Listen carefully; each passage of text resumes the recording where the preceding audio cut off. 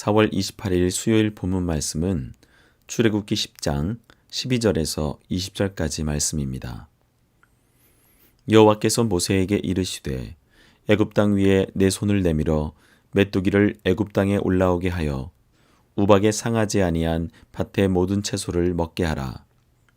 모세가 애굽 땅 위에 그 지팡이를 들매 여호와께서 동풍을 일으켜 온 낮과 온 밤에 불게 하시니 아침이 되매 동풍이 메뚜기를 불어들인지라.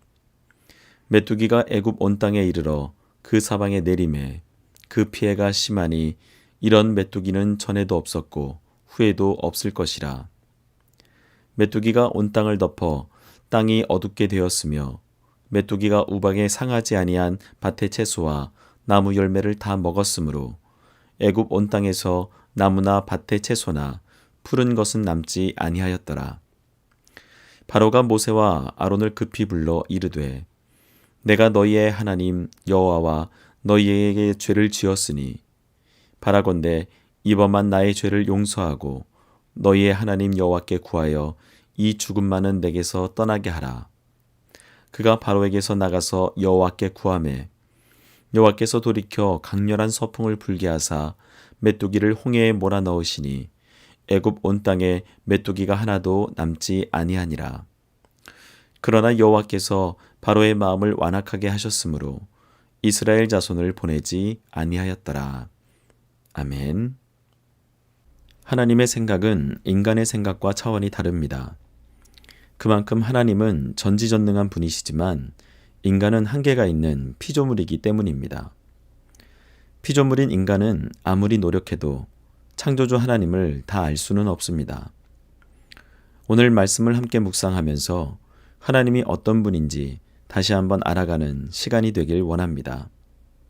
본문 말씀의 내용을 살펴보면 이렇습니다.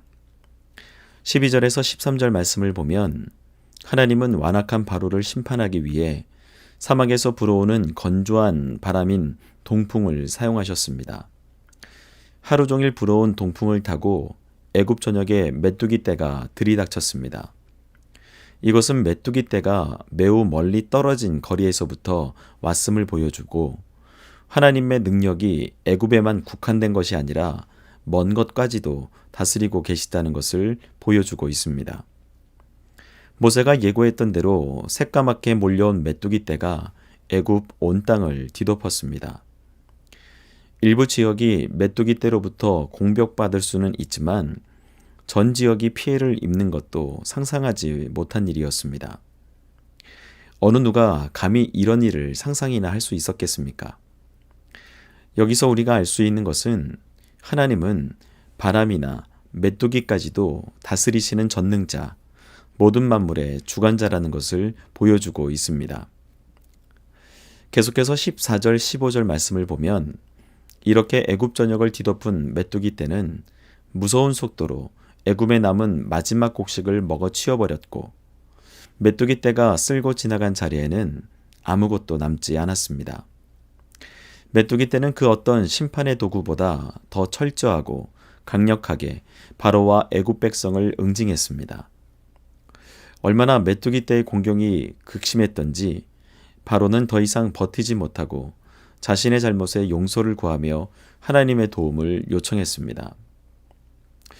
어느 누가 당시 최강의 전력을 보유하고 있던 바로와의 전쟁에서 메뚜기를 출전시킬 수 있었을까요? 이처럼 하나님은 작은 곤충에 불과한 메뚜기를 동원하셔서 아주 작은 것도 남기지 않고 온 애굽을 초토화시키셨습니다.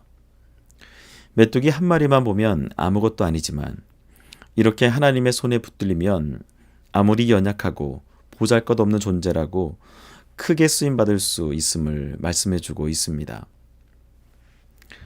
19절 말씀을 보면 하나님은 사색이 되어버린 바로의 요청을 받아들이십니다. 그리고 이제 반대로 강한 서풍이 불게 하셔서 메뚜기 재앙을 멈추게끔 하십니다. 서풍으로 하나님은 메뚜기 떼를 홍해에 몰아넣어 일거에 제거하셨지만 인간이 메뚜기 떼를 없애려고 했다면 얼마나 많은 노력을 기울여야 했을까요? 그 많은 메뚜기를 무슨 수로 잡으며 어떻게 처리를 할 수 있었을까요? 그러나 하나님은 서풍을 사용하셔서 단번에 메뚜기 재앙을 중지시키시고 더 이상의 피해가 없도록 하셨습니다. 이런 장면을 보면 하나님의 역사는 그야말로 드라마틱하며 흥미진진합니다. 그러나 안타까운 것은 이번에도 바로는 이스라엘 백성들을 보내지 않습니다. 우리는 인간적인 생각으로 하나님의 일을 판단하기보다는 하나님을 높이고 영광이 나타나는 일에 힘쓰며 살아가는 우리 모두가 되길 축복합니다. 오늘 말씀을 묵상하면서 깨닫는 것은 인간의 관점으로 하나님을 제한해서는 안 된다는 것입니다. 하나님을 자신의 수준으로 끌어내리지 말고 전능하신 하나님이라는 것을 인정하며 불가능을 가능으로 만드시는 하나님을 신뢰하고 그분의 뜻과 인도하심을 따르는 우리 모두가 되기를 축복합니다. 사랑합니다. 함께 기도하겠습니다.